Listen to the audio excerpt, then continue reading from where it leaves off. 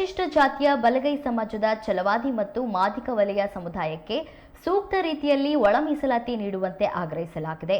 ಈ ಕುರಿತು ಛಲವಾದಿ ಸಮಾಜ ಬೆಂಗಳೂರಿನಲ್ಲಿ ಪ್ರತಿಭಟನೆ ನಡೆಸಲು ತೀರ್ಮಾನಿಸಿದೆ. ಈ ಕುರಿತು ಸುದ್ದಿಗೋಷ್ಠಿಯಲ್ಲಿ ಮಾತನಾಡಿದ ಜಿಲ್ಲಾ ಮಾದಿಗ ಮಹಾಸಭಾದ ಬಿಡಿ ಸಾವಕ್ಕನವರ್, ಸರ್ಕಾರ ಬ್ಯಾಕ್ಲಾಗ್ ಹುದ್ದೆಯನ್ನ ತುಂಬಲಿಲ್ಲ, ಅಸ್ಪೃಶ್ಯರು ಅಸ್ಪೃಶ್ಯರಾಗಿಯೇ ಉಳಿದಿದ್ದಾರೆ. ಈ ಹಿಂದಿನ ಬಿಜೆಪಿ ಸರ್ಕಾರ ಜಾತಿಗಳಿಗೆ 17% ಹೆಚ್ಚಿಸಿ ಸರ್ಕಾರ ಆದೇಶಿಸಿತ್ತು. ಕೋರ್ಟ್ ಇದನ್ನು ತಡೆದು 50% ಹೆಚ್ಚಿಸಬಾರದು ಎಂದ ಕಾರಣ 15%ನಲ್ಲಿಯೇ 3 ಭಾಗದಲ್ಲಿ ಹಂಚಲಾಯಿತು. ಹಿಂದಿನ ಸರ್ಕಾರ 17% ಹೆಚ್ಚಿಸಿದ್ದನ್ನು ರಾಷ್ಟ್ರಪತಿ ಅನುಮೋದನೆ ಪಡೆಯದೆ ಬಿದ್ದು ಹೋಗಿದೆ ಎಂದು ತಮ್ಮ ಅಸಮಾಧಾನ ಹೊರಹಾಕಿದ್ದಾರೆ. ಪರಿಶಿಷ್ಟ ಜಾತಿ ಬಲಗೈ ಸಮುದಾಯ ಸೇರ್ತಕ್ಕಂಥ ನಮ್ಮ ಛಲವಾದಿ ಹಾಗೂ ವಲಯ ಸಮಾಜಕ್ಕೆ ತತ್ಸಮ ಸಮಾಜಕ್ಕೆ ಸಂಬಂಧಿಸಿರ್ತಕ್ಕಂಥ ಬಂಧುಗಳಾಗಿರ್ತಕ್ಕಂಥ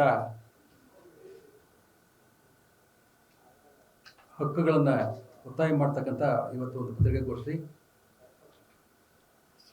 ಬಂಧುಗಳೇ, ಕರ್ನಾಟಕ ಸರ್ಕಾರ ಈ ಹಿಂದೆ ಆಗಿರ್ತಕ್ಕಂಥ ಬೆಳಗಾವಿ ಸದನದಲ್ಲಿ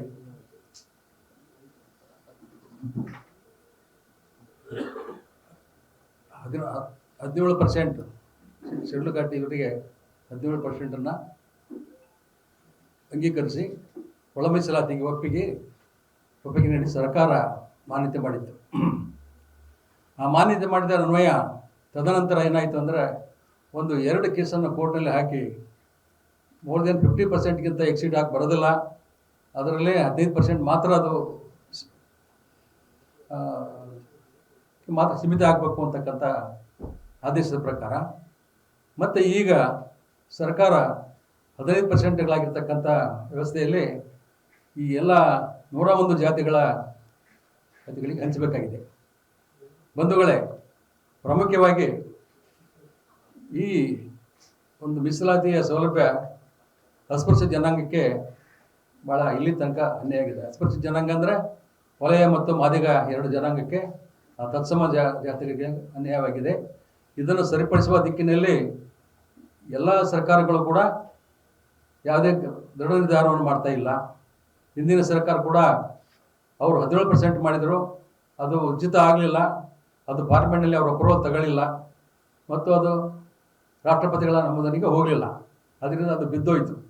ಈಗ ಅದು ಬಿದ್ದೋದ ಮ್ಯಾಗ ಮತ್ತು ಇವರು 17% ಮಾಡಿ ಮತ್ತು ಅದನ್ನು ಒಂದು ಪ್ರಶ್ನಾತೀತವಾಗಿ ಮಾಡ್ತಕ್ಕಂಥ ವ್ಯವಸ್ಥೆಯಲ್ಲಿ ಈಗಿನ ಸರ್ಕಾರ ಮಾಡಿ ಈಗ ಮತ್ತೆ 15%ಗೆ ಬಂದಂಗೆ ಆಯಿತು. ಒಟ್ಟಾಗಿ ಈ ವಲಯ ಮಾದಿಗರ ಒಂದು ವ್ಯವಸ್ಥೆಗೆ ಏನು ಕೊಡಬೇಕಂತ ಏನು ಮಾಡಿದ್ದಾರೆ, ಅದು ಭಾಳ ಕೊಡಬೇಕೋ ಬೇಡ ಅಂತಕ್ಕಂಥ ಒಂದು ದುಲಾಯಮಾನ ಪರಿಸ್ಥಿತಿಯಲ್ಲಿ ನಮ್ಮ ಸರ್ಕಾರ ಇದೆ.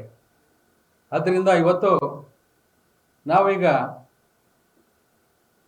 ಸರ್ಕಾರವನ್ನು ಇಷ್ಟೇ ಕೇಳೋದೀಗ 15% ನೀಡ್ತಕ್ಕಂಥದ್ದನ್ನು ನಮಗೆ ಸ್ಪಷ್ಟವಾಗಿ 5% ಆಗಲಿ 6% ಆಗಲಿ ಏನು ಬರುತ್ತೆ ಅಂತ ಕೊಡಿ. ಬಟ್ ಏನಾಯಿತು, ಆದರೆ ಹೋದ ಸಾರಿ ಮಾಡಿದಾಗ ಒಂದು ಬಿಂದುಗಳು ಫಿಕ್ಸ್ ಮಾಡಿದ್ರು, 17% ಮಾಡಿದಾಗ ಬಿಂದುಗಳು ಫಿಕ್ಸ್ ಮಾಡಿದರು.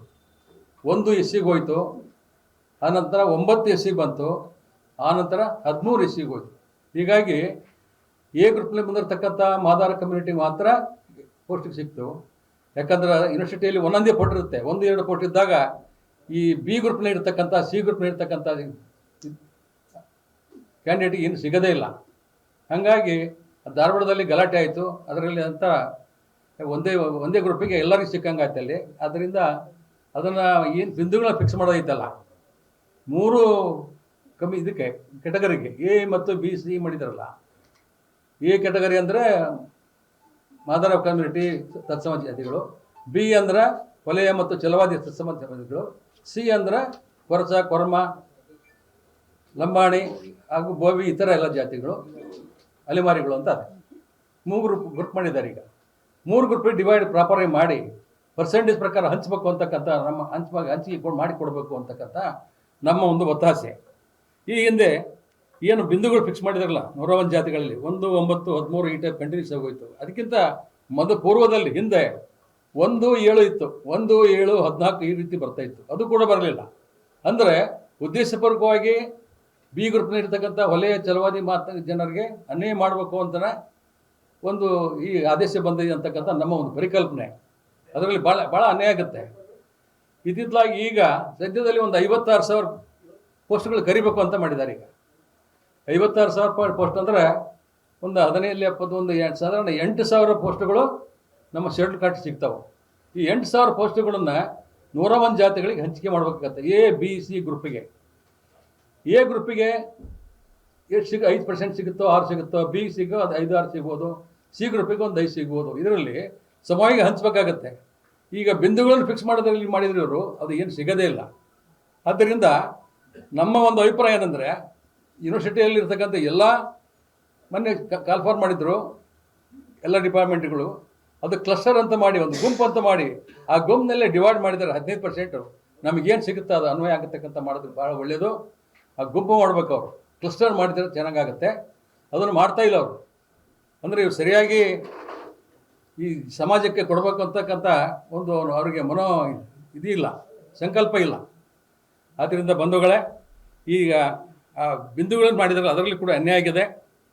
ಇನ್ನೊಂದು ನಮಗೆ ಮೋಹನ್ದಾಸ್ ರವರ ಒಂದು ವರದಿಯಲ್ಲಿ ನಮ್ಮ ಸಮಾಜದ ಒಂದು ಏನು ಗಣತಿ ಮಾಡಿದಾರಲ್ಲ, ಗಣತಿಯಲ್ಲಿ ನಮಗೆ ಭಾಳ ಅನ್ಯಾಯ ಆಗಿದೆ.